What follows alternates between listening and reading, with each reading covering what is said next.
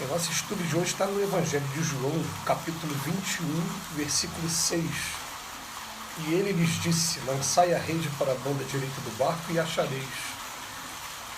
E Emmanuel comenta na lição 21 do livro Caminho, Verdade e Vida, caminhos retos.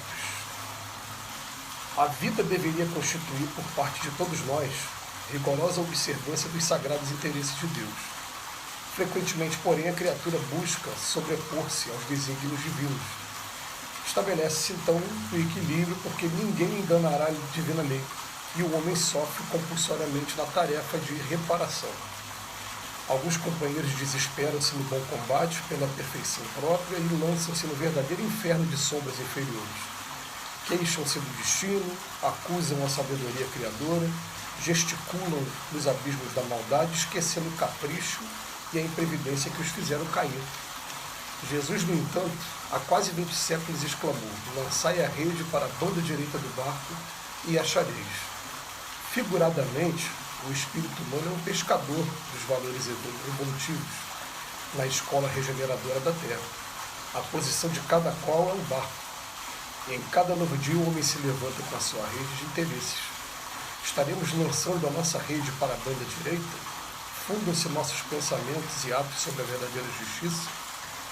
Convém consultar a vida interior em esforço diário, porque o Cristo, nesse ensinamento, recomendava de modo geral aos seus discípulos: dedicai vossa atenção aos caminhos retos e achareis o necessário.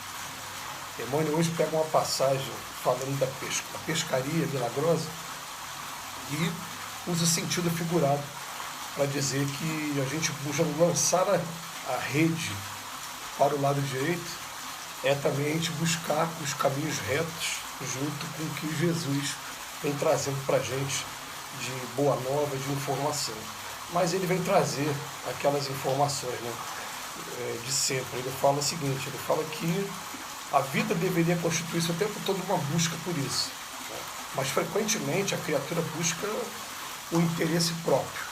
E esse interesse próprio vai estabelecer normalmente o desequilíbrio e o homem vai sofrer compulsoriamente na tarefa de reparação.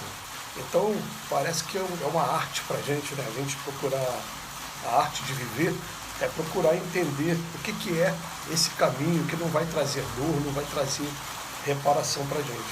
A gente vai vendo que o espírito, ele, quando é criado de maneira simples e ignorante, ele vai desenvolvendo duas asas. A primeira asa é a asa da inteligência. Antes da moralidade vem a inteligência. Então, por isso que ele é colocado aqui na matéria, igual a gente, e quando chegar na matéria, ele vai sentir a necessidade de, através da fome, da sede, da necessidade de segurança, ele vai ser obrigado a prover as necessidades do próprio corpo, que agora ele está usando.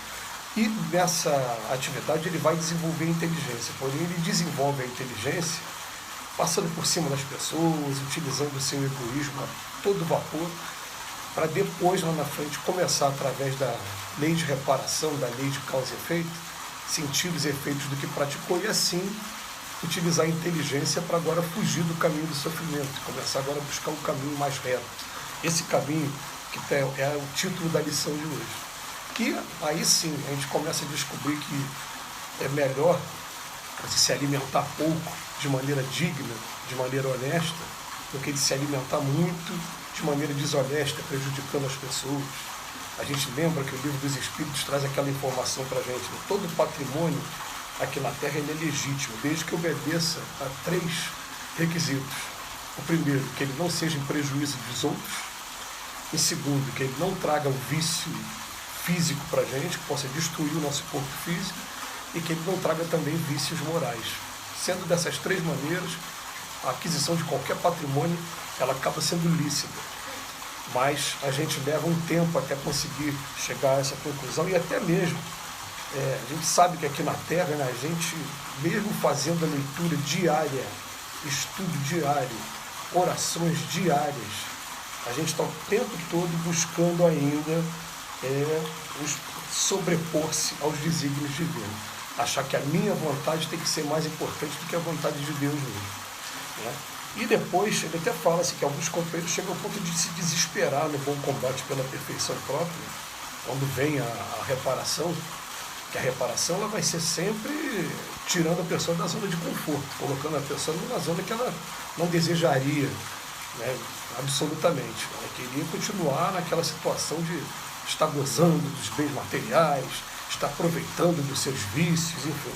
E de repente vem essa reparação. Quando ela chega, a pessoa entra em desespero. Queixam-se do destino, acusam a sabedoria criadora, gesticulam nos abismos da maldade, esquecendo o capricho e a imprevidência que o fizeram cair. Capricho e imprevidência.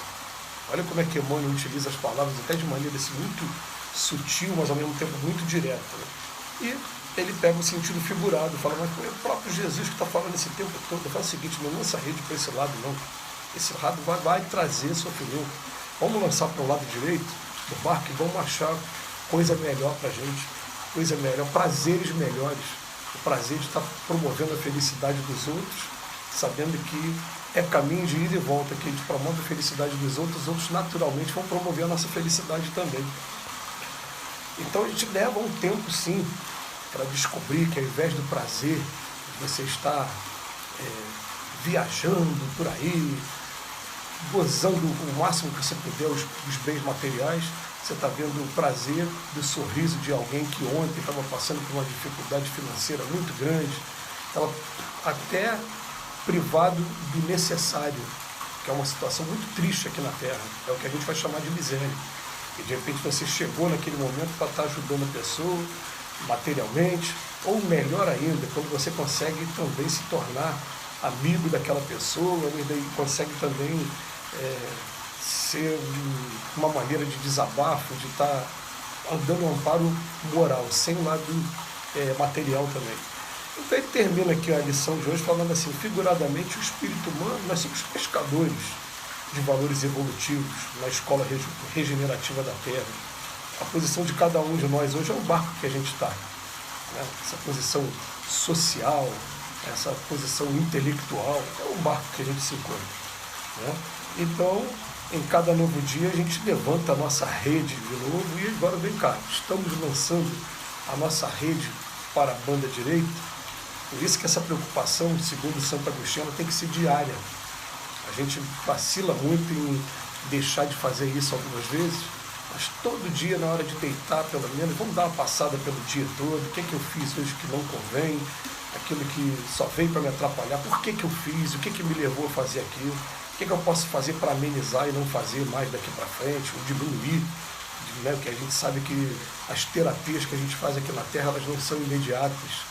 A gente vai diminuindo para um dia parar totalmente de fazer, mas a abnegação, parar de fazer totalmente, é uma coisa que é difícil para a maioria de nós, né? Parar de falar mal dos outros, da vida dos outros, parar de ter pensamentos negativos, parar de comer aquilo que não deve, gordura, açúcar, não é uma coisa que a gente conquista de uma hora para outra, a gente vai diminuindo, disciplinando, até que chega um dia que a gente consegue. Então, ele vem falar, funda-se nossos pensamentos e atos sobre a verdadeira justiça. Essa deve ser uma preocupação de cada um de nós a cada dia. Então, convém consultar a vida interior em esforço diário. E diário por quê? Porque às vezes a gente falha um dia, e aquele dia que a gente deixou a porta entreaberta para passar um boi, passa a boiada inteira. Vai ser um dia para a gente se arrepender e depois ficar até com aquele sentimento, meu Deus, né? Como Paulo de Tarso falava, né? O bem que eu tento fazer é uma dificuldade enorme, mas o mal que eu tento não fazer parece que ele sai naturalmente, se eu virar as costas, relaxar um pouquinho, ele me derruba. Então tem que ser diário, porque o Cristo nesse ensinamento recomendou, dedicai vossa atenção aos caminhos retos e acharei o necessário. Ele no primeiro momento, né, vai acabar sendo um caminho de mais privações materiais, mas daqui a pouco vai ser caminho de muita alegria, principalmente a alegria de você chegar no plano espiritual e estar com a tua consciência tranquila, porque a consciência tranquila, quando a gente chega do outro lado da vida, ela é o maior tesouro que a gente pode carregar desse mundo. A gente poder colocar a nossa cabeça no travesseiro e saber que está tudo tranquilo, que eu não fiz nada que pudesse prejudicar alguém, ou se fiz, estou procurando reparar, não tem preço. É o caminho de todos nós que somos cristãos Por isso a gente agradece mais uma vez a Emmanuel por suas reflexões.